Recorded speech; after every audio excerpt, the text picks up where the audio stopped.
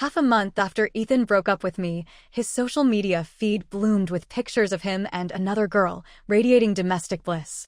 The caption announced, bold and bright, their wedding in 2 months.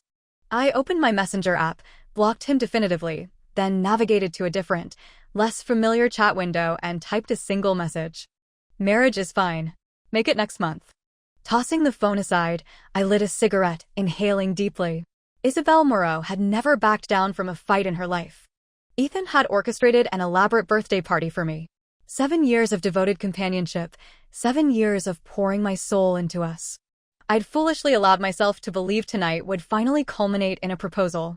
Instead, in front of all our friends, he'd raised a glass, not to me, but to announce his apologies.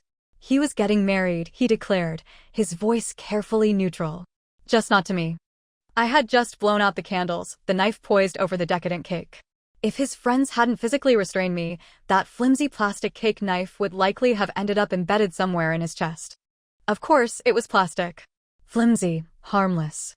Just like his feelings for me, apparently. Looking so solid on the surface, yet shattering at the slightest pressure. We'd been together for 5 years officially, though my orbit around him started long before that. To get close to him, to win him over, I'd sanded down every sharp edge of my personality, molded myself into something I wasn't. Ethan was a princeling, wealthy family, only son, a temper barely concealed beneath a veneer of charm.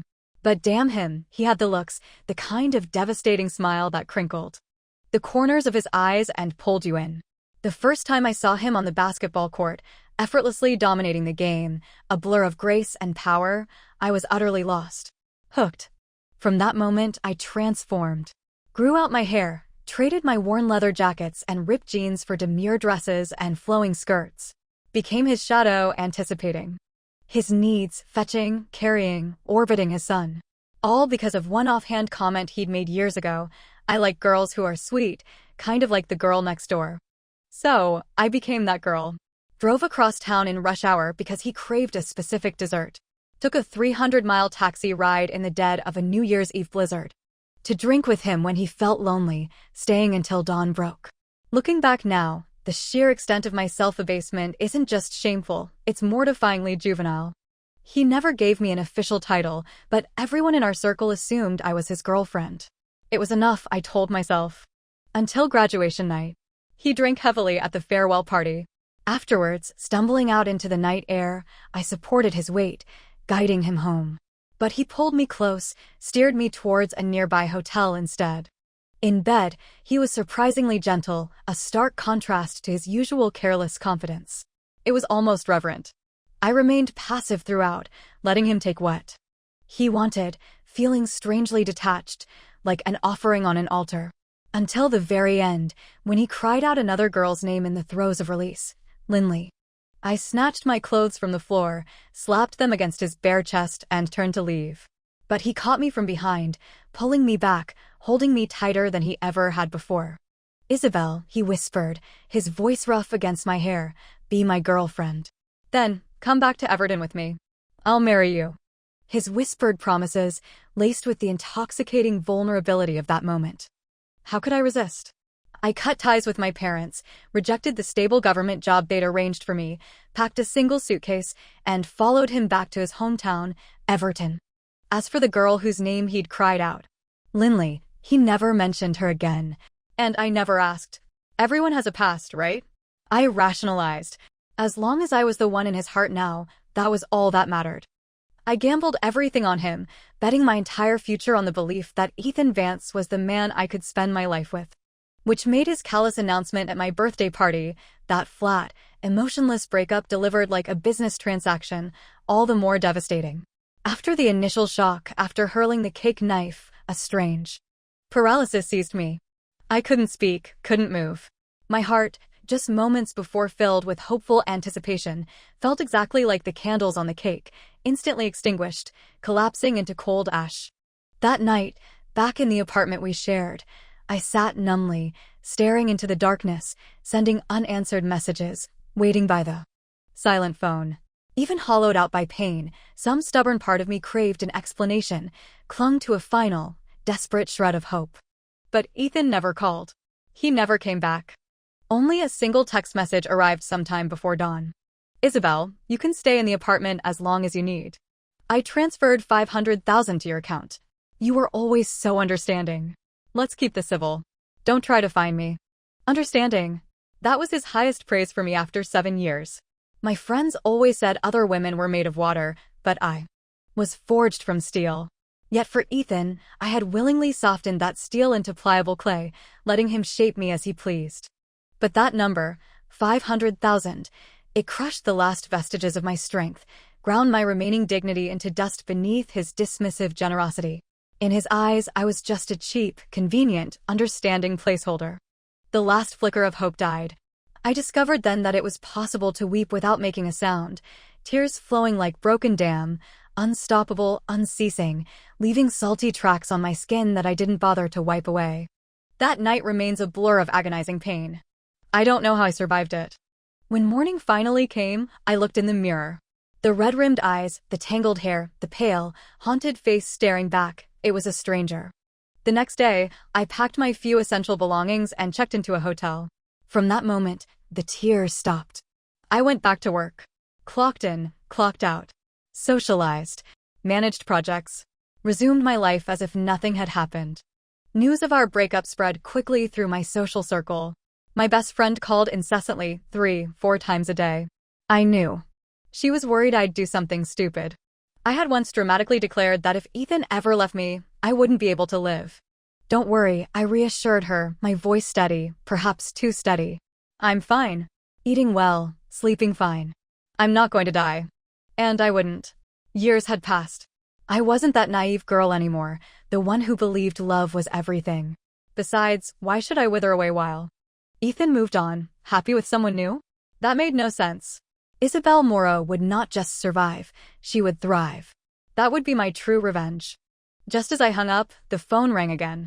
Assuming it was my friend, I answered brusquely. Stop calling. It was just a breakup, I'm fine really. Izzy? A hesitant voice on the other end. My mother.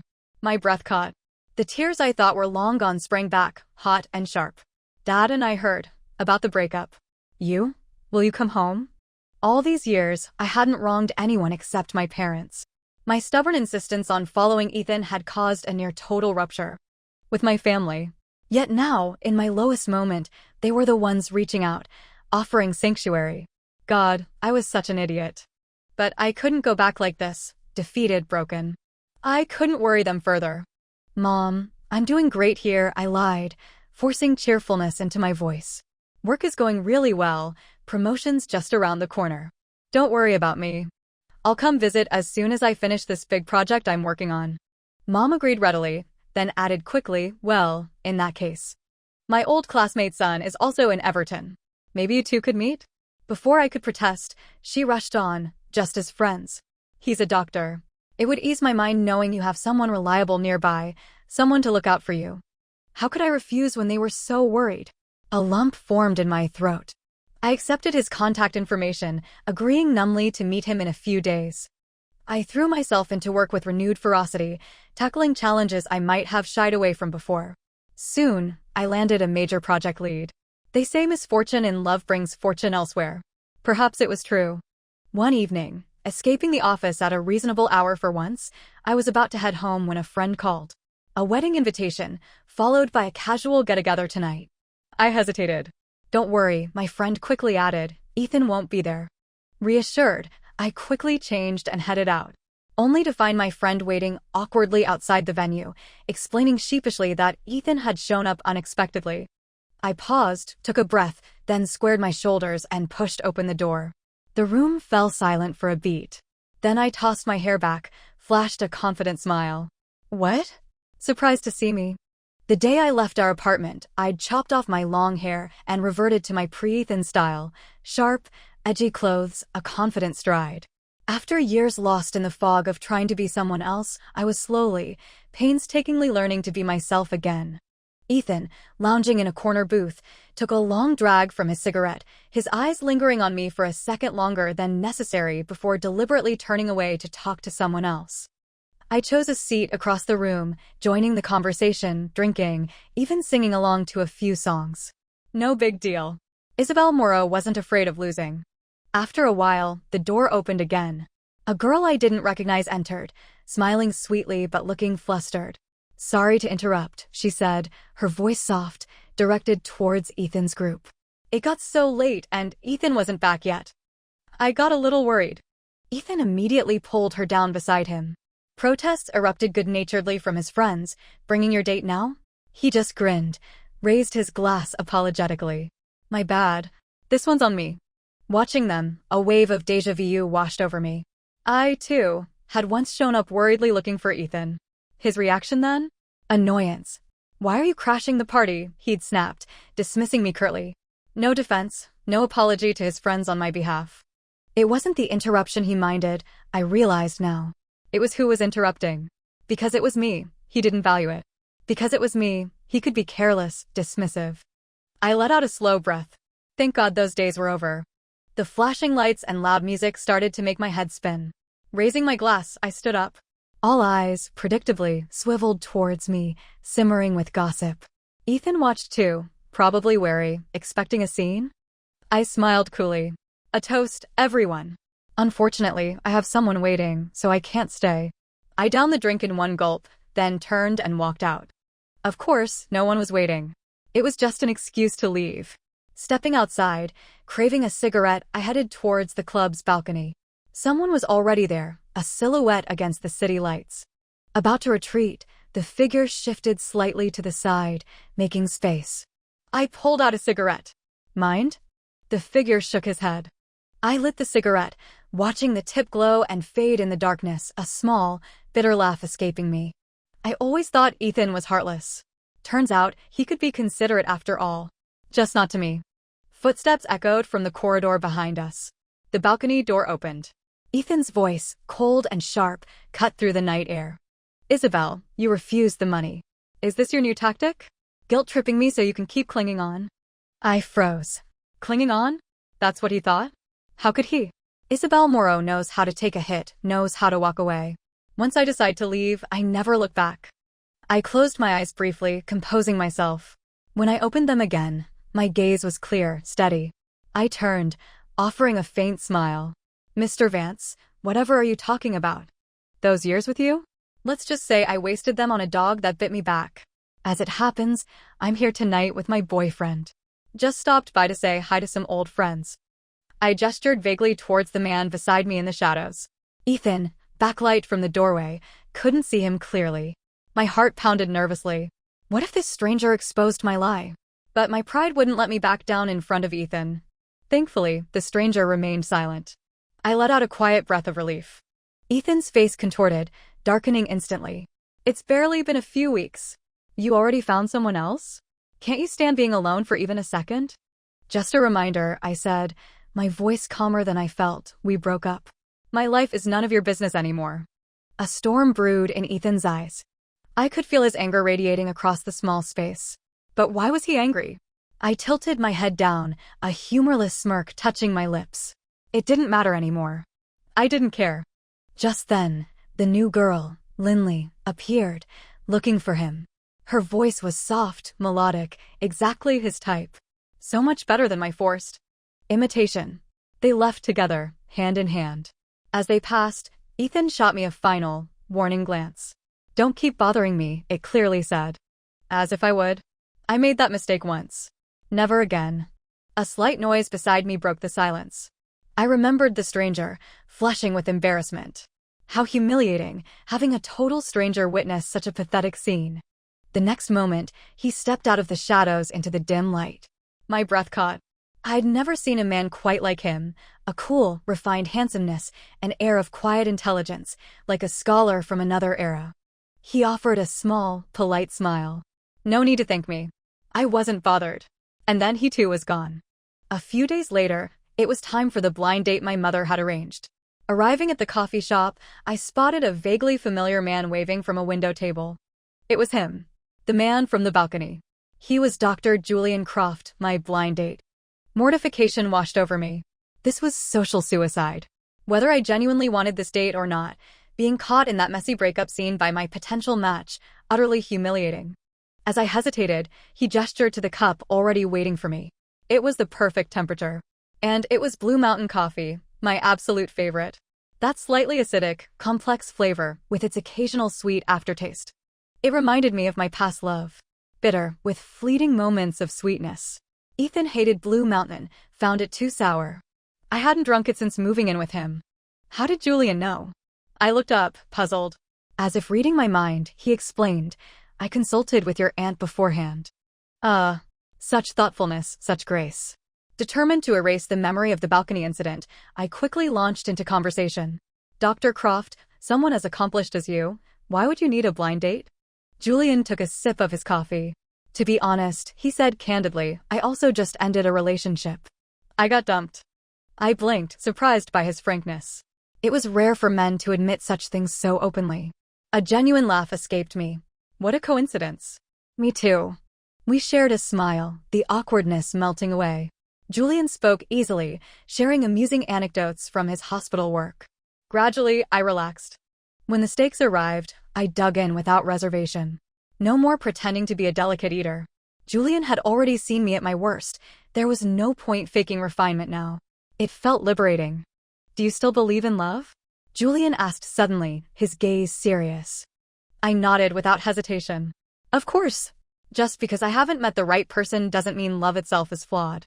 Julian looked at me, his eyes shining with an intensity that was strangely captivating. He gently pointed towards my mouth. Mortified, I quickly wiped away a smear of sauce. Actually, he continued thoughtfully, I've often thought about married life. 2 people, a cat, a dog. A cozy home, doesn't need to be huge. Busy with our own careers during the week, travel together on holidays. He smiled then, a wistful look in his eyes that I couldn't quite decipher. She didn't like my cat, he added quietly. And complained I worked too much. What kind of reason was that? I almost laughed aloud again. Everyone carries their own baggage, their own stories. When I finished eating, Julian didn't just point out the stray crumb this time. He reached across the table and gently wiped the corner of my mouth with his napkin. I froze, startled by the intimacy of the gesture. I think, he said softly, his gaze holding mine, we might be quite compatible. What do you think? I wasn't ready to jump into another relationship so soon. I told Julian I needed time to think. He graciously accepted, driving me back to my hotel. As we pulled up, he frowned slightly at the generic hotel entrance. I've just been so busy with work lately, I explained quickly. Haven't had time to look for a proper place yet. Julian considered this for a moment. I'm on leave currently. I could help you find an apartment if you'd like. After a moment's thought, I agreed. Why not? Mom was right, having a helpful friend could be convenient. I didn't expect him to move so fast. The very next morning, he called, telling me to pack my things. He'd found a place. An apartment right near my office, even closer than the hotel. I transferred the deposit and first month's rent to him immediately. He mentioned the landlord had one strict rule, single occupancy only, no overnight guests. Fine by me. I took the afternoon off work to move. When I arrived at the new building with my single suitcase, Julian looked visibly surprised by my lack of possessions. Stepping into the apartment, I discovered he'd already had it professionally cleaned and stocked with basic necessities. My afternoon off seemed redundant. Standing awkwardly in the spotless living room, I finally rallied, rolling up my sleeves. To thank you for all your help, I'm cooking dinner tonight. We went to the nearby supermarket for groceries. And ran straight into Ethan. Again. He hated supermarkets. Why was he here? Then I saw the girl clinging to his arm, laughing. Up at him, occasionally leaning her head against his shoulder. Linley. Of course. Only the woman who truly held his heart could persuade him to endure something he disliked. My hand tightened on the shopping cart handle. Julian gently covered my hand with his. Careful, he murmured. Taking the cart from me, his touch lingered for a second too long. Ethan had heard my intake of breath. He turned, his expression shifting as he saw us. What are you doing here? He demanded, his eyes narrowing as they took in Julian beside me. Before I could reply, Julian tightened his grip on my hand slightly. I'm helping Isabel with her grocery shopping, he stated calmly. My surprise must have shown. They knew each other?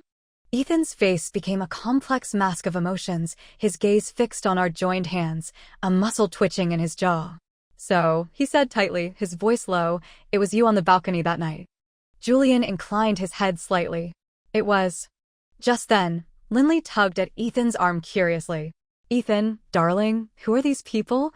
Ethan didn't look at her. His eyes remained locked on me, unblinking. My uncle, he stated flatly. I felt like the world tilted on its axis. Julian Croft was Ethan Vance's uncle? The coincidence was staggering, almost unbelievable. As we passed them in the narrow aisle, Ethan leaned closer, whispering fiercely, Isabel Moreau, you play a dangerous game. He actually thought I was deliberately pursuing his uncle? As revenge? To somehow claw my way into his family? The arrogance, the self-absorption, it was breathtaking. My eyelashes fluttered down for a second, hiding the sudden flare of anger.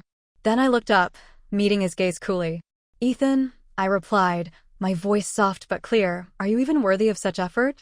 My unspoken meaning hung heavy in the air. I saw the comprehension, then the disbelief, dawn in his eyes. Turning, I linked my arm through Julian's and walked away without a backward glance. I didn't see the sudden storm that darkened Ethan's face, nor the way his hands clenched into tight fists at his sides. That evening, I cooked several of my best dishes. Julian praised my cooking enthusiastically, remarking that my mother had told him I couldn't cook at all. Of course, Mom didn't know I'd learned solely for Ethan, because restaurant food upset his stomach 9 times out of 10. Not that he ever appreciated it, just took my efforts for granted. It wasn't duty, it was simply my willingness to compromise for him. Smiling at Julian, I replied politely, I'd be happy to cook for you again sometime. He grinned back. I would very much like that. Later, as he was leaving, standing in my doorway, he turned back. Isabel, he said seriously, please reconsider. I truly believe we are well suited. Our relationship could be something more. I told him again I needed more time. But after he left, scrolling idly through my social media feed while lounging on the sofa, I saw it. The post that froze the blood in my veins. Half a month. It had only been half a month since Ethan dumped me at my birthday party. And there it was, a photo album filled with pictures of him and Lindley, looking utterly smitten, captioned with a gushing announcement. They were getting married. In 2 months. The girl in the photo smiled radiantly. But it was a comment from a mutual friend beneath the post that delivered the final, devastating blow. Isn't that Lindley? Congratulations on finally getting your girl. Lindley. Finally getting your girl. The words hammered into me, ripping open wounds I thought were beginning to scar over. It felt like someone was physically tearing at my heart.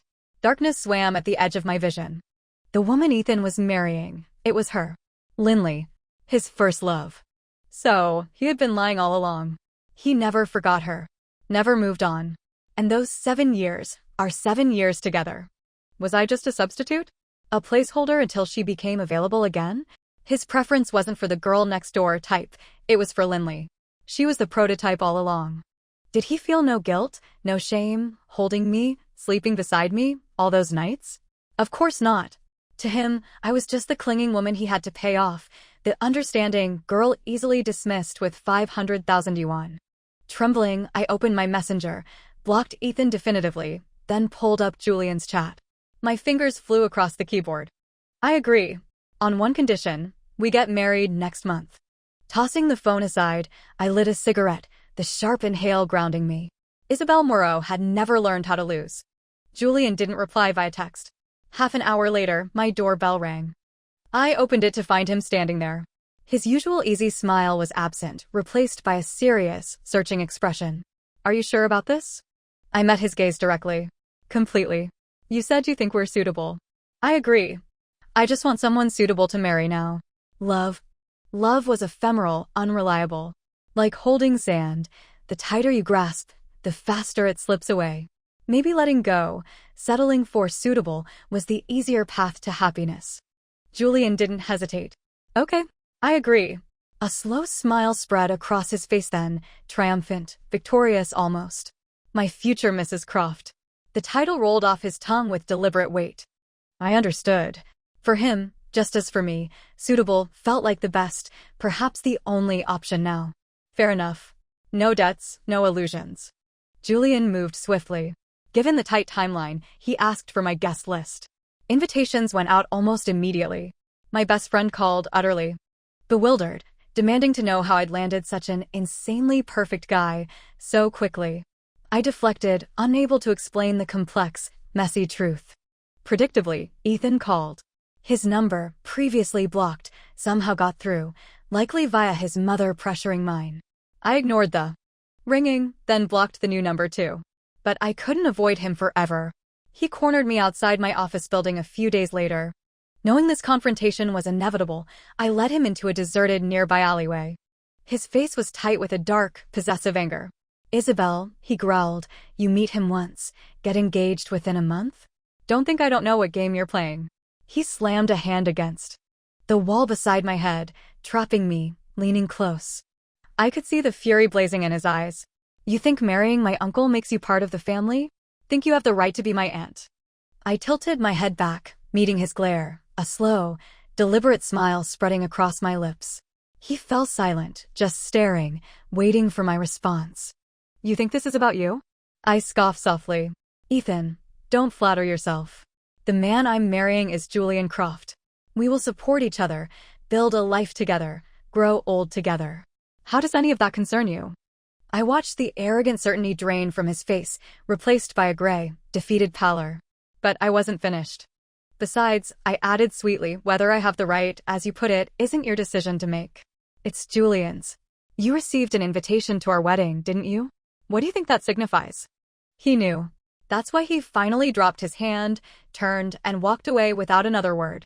Instead of going home, I went straight to the hospital. Julian had surgery scheduled today. I planned to wait and have dinner with him afterwards. I arrived just as he was emerging from the operating theater, still in his scrubs. Suddenly, a piercing scream echoed down the corridor. A man brandishing a knife charged towards us, shouting incoherently. He was aiming for Julian. Instinct took over. With no time to think, no weapon other than my handbag, I swung it with all my might, hitting the attacker square in the face. The unexpected blow enraged him. His attention immediately shifted to me. The knife flashed, closer, closer. I stumbled backward, tripped, falling hard onto the floor. In that split second, Julian reacted, a swift, powerful kick connecting with the man's wrist, sending the knife clattering away. Hospital security swarmed in immediately, apprehending the attacker. I sat on the cold floor, trembling, trying to catch my breath. Julian knelt beside me, quickly checking me for injuries. Finding none, he looked at me intently, his eyes searching mine. He was coming for me. "Why did you react so quickly?" "What kind of question was that? What else could I do? You were defenseless." "At least I had my bag." I scrambled up, brushing myself off with his help. "Besides," I added, suddenly fiercely protective, "those are surgeons' hands. They can't get injured." I started walking towards the exit, needing to get away from the scene. Julian didn't follow immediately. Turning back, I saw him standing there, staring down at his own hands, lost in thought. I called his name. He looked up, a slow, wondering smile spreading across his face. He caught up to me, taking my hand. When I asked what he was smiling about, he just shook his head, saying nothing. On the way to the parking garage, he explained the attacker's relative had died in the hospital after a car accident. He blamed the doctors. "My family never wanted me to be a doctor," Julian confided quietly, buckling my seatbelt for me. "They wanted me in the family business. I fought them for years to pursue medicine." He paused, then gently touched my cheek. "You're the first person who ever thought about protecting my hands." His thumb brushed my lips softly. "They say, in a crisis, the person you instinctively protect is the one you care about most." I stared at him, caught in the intensity of his gaze, my own reflection swimming in the dark pools of his eyes. "Isabel," he whispered, his voice husky, "I think, maybe we can be more than just suitable, after all." My mind was still reeling when we arrived back at his apartment. It was elegantly minimalist, spacious, and surprisingly cozy. A sleek, beautiful cat immediately emerged, winding around my legs, purring. I scooped her up instinctively, sinking onto the sofa, stroking her soft fur. We bonded instantly. Julian watched us with an expression I couldn't quite place, maybe fondness, maybe amusement. "Her name is Cherry," he said. "Go feed her. I'll start dinner." My eyes lit up. Cuddly cat? Handsome man cooking for me? This could definitely work. I readily agreed. The evening passed in a comfortable, happy haze. When Julian drove me home later, he mentioned a family gathering in a few days. He wanted me to meet everyone. Meeting the family. Panic surged.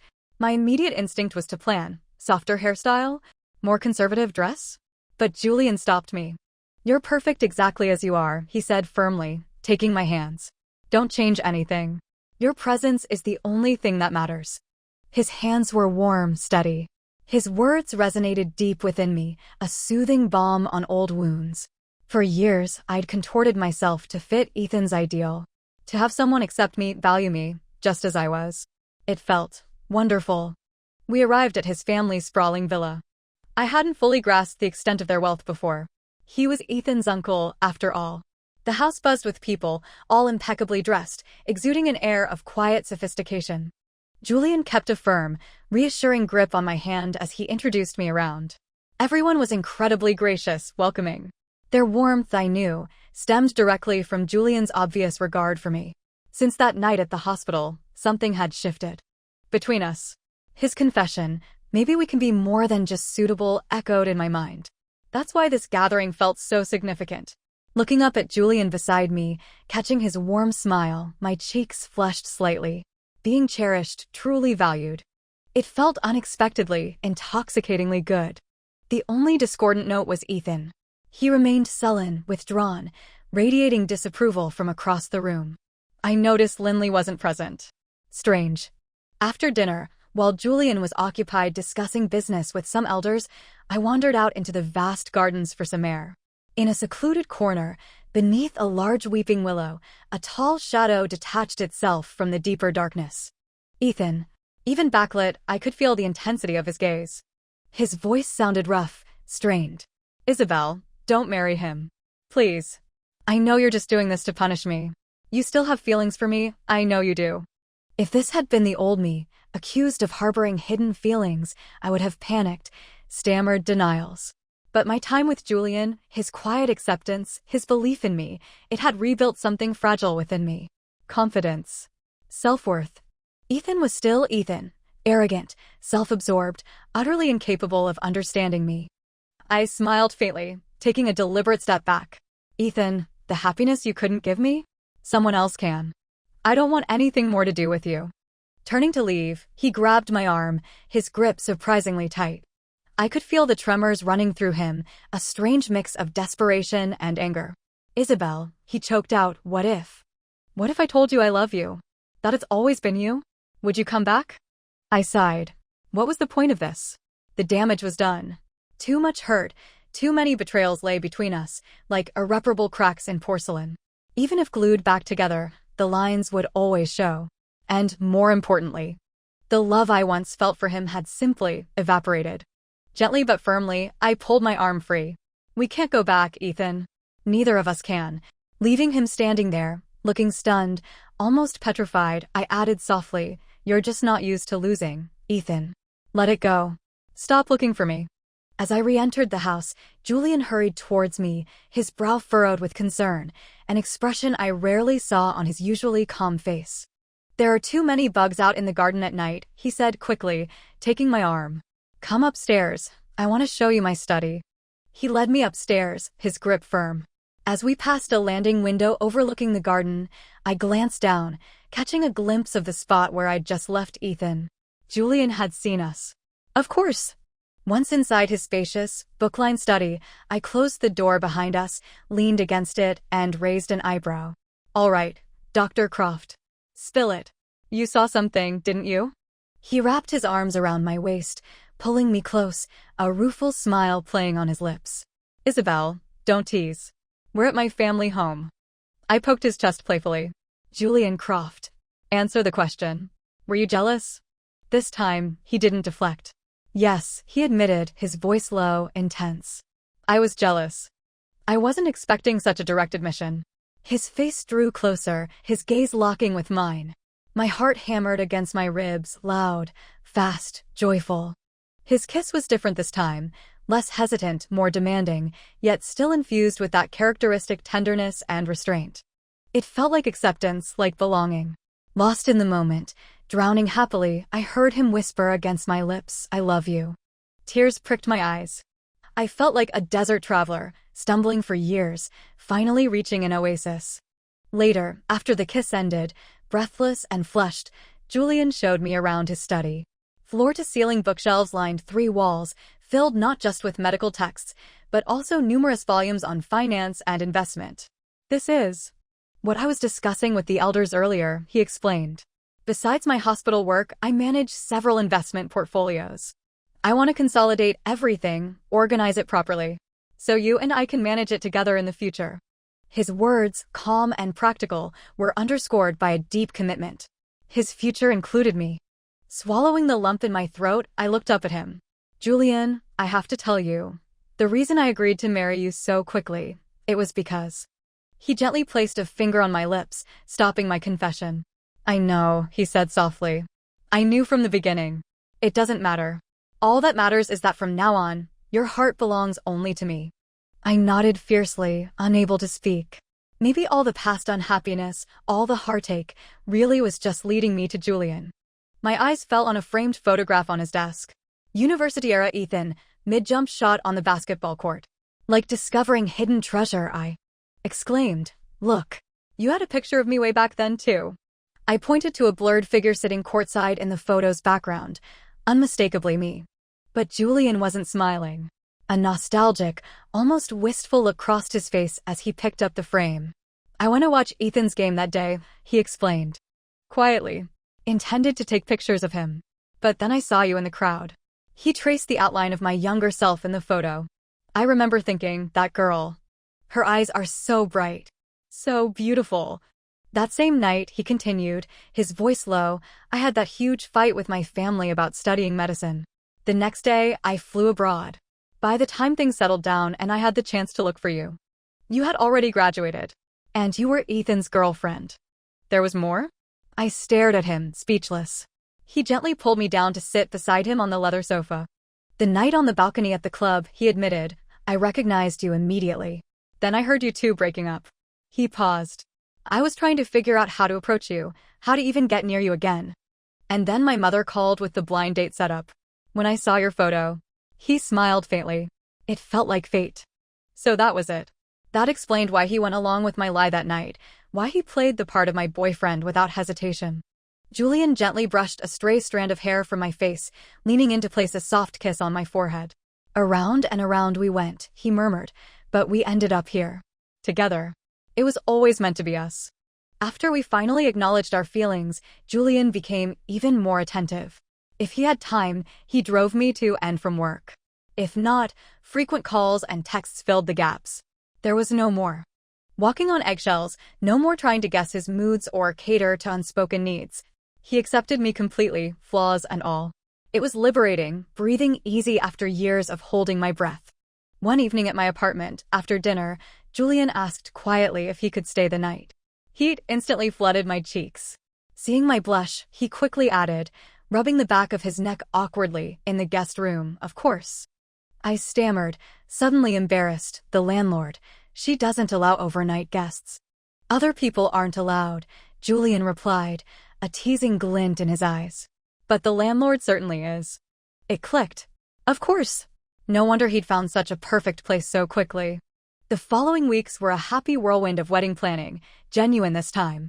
Choosing dresses, styles I liked, finalizing guest lists, tasting cakes. Immersed in the joyful chaos, I realized how simple, how easy happiness could be when the past was finally laid to rest. But fate, it seemed, had one last twist in store. The night before our rescheduled wedding, a searing pain ripped through my abdomen. Julian rushed me to the hospital. Calmly, efficiently, he examined me, ordered tests. The diagnosis came back quickly. Julian delivered it with a look of profound, weary amusement. "Acute appendicitis. Ms. Morrow, you require minor surgery. Unfortunately, you won't be getting married tomorrow." I stared at him, speechless for a moment, then burst out laughing. Maybe it was cosmic justice, spending my original wedding day under the knife. But strangely, it didn't matter anymore. The date wasn't important. He was. Sighing dramatically, I replied, "Mr. Croft, my deepest apologies. It seems you won't be getting married tomorrow either." Julian flashed his signature charming smile. "Mutual inconvenience then. Seems we're quite fated, wouldn't you say?" I laughed again, the movement pulling at the pain in my side, making me hiss. He immediately leaned closer, his arms enveloping me in a gentle hug. "Don't be scared," He whispered against my hair. "I've got you." The surgery was quick, routine, child's play for someone of Julian's skill.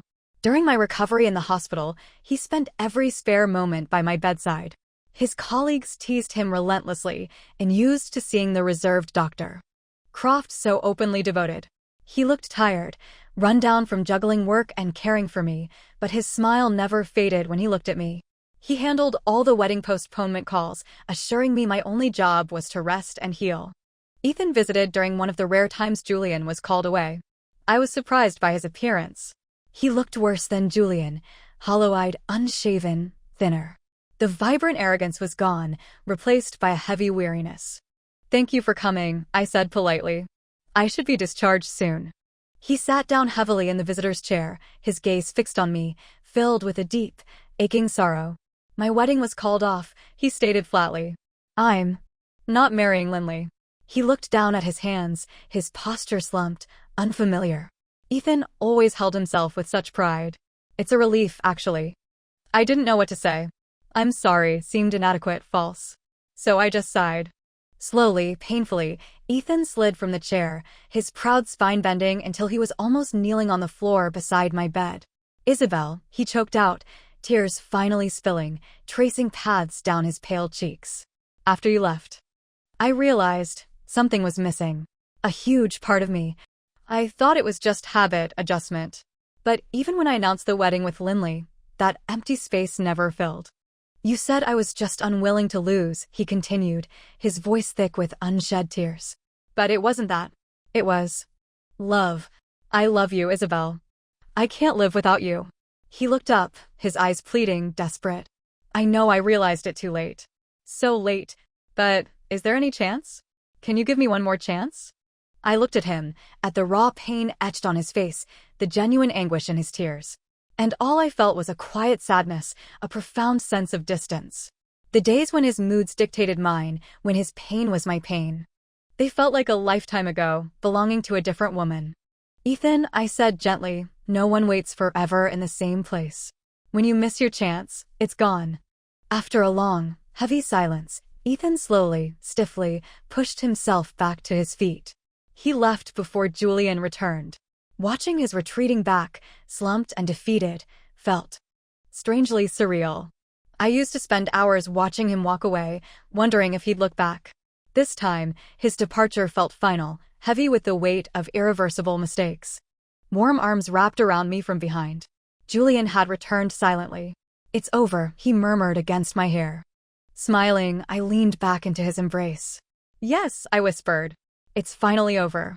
Once I recovered, the thought of a big, traditional wedding suddenly felt unnecessary.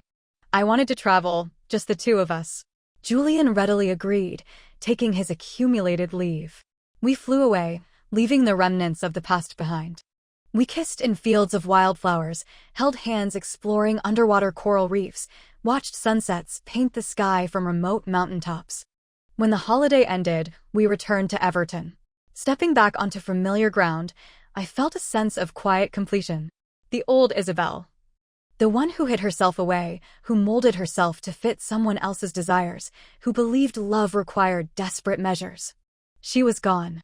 In her place stood someone stronger, clearer, someone who understood that true love didn't demand self-annihilation. It cherished you, exactly as you were. "Hey," I remembered suddenly, nudging Julian as we waited for our luggage. "Your ex broke up with you because you worked too much, right? How did you suddenly get all this vacation time?" Julian grinned, ruffling my hair. "You're my wife now. Priorities change. Can't risk my wife running off again, can I?" I laughed, leaning against him. He slung an arm around my shoulder, pulling our shared suitcase with his other hand. We headed towards the exit, towards home. Later, I heard through the grapevine that Ethan indeed never married Lindley. She went abroad again, permanently this time. He reportedly went through a long period of withdrawal, keeping to himself. Eventually, due to family expectations and perhaps Julian's quiet pride, we did have a proper wedding ceremony. It was large, elegant, filled with genuine joy and the blessings of our loved ones. Seeing my mother's tearful, smiling face as I walked down the aisle, that felt like true fulfillment. During the reception, I saw Ethan. He looked calmer, more mature. He approached us, raised his glass steadily. "Congratulations," he said, his voice even. Julian and I clinked glasses with him. As we turned to move on, Ethan spoke again, softly, just behind me. "I'm sorry, Isabel. Anne, I wish you happiness." Julian squeezed my hand gently, murmuring a quiet, "Thank you," over his shoulder. I let Julian lead me forward, towards our future, towards our shared happiness. Settling for suitable isn't so bad, I mused, smiling up at my husband. Especially when you keep believing in love. Sometimes, when you least expect it, suitable blossoms into something truly extraordinary.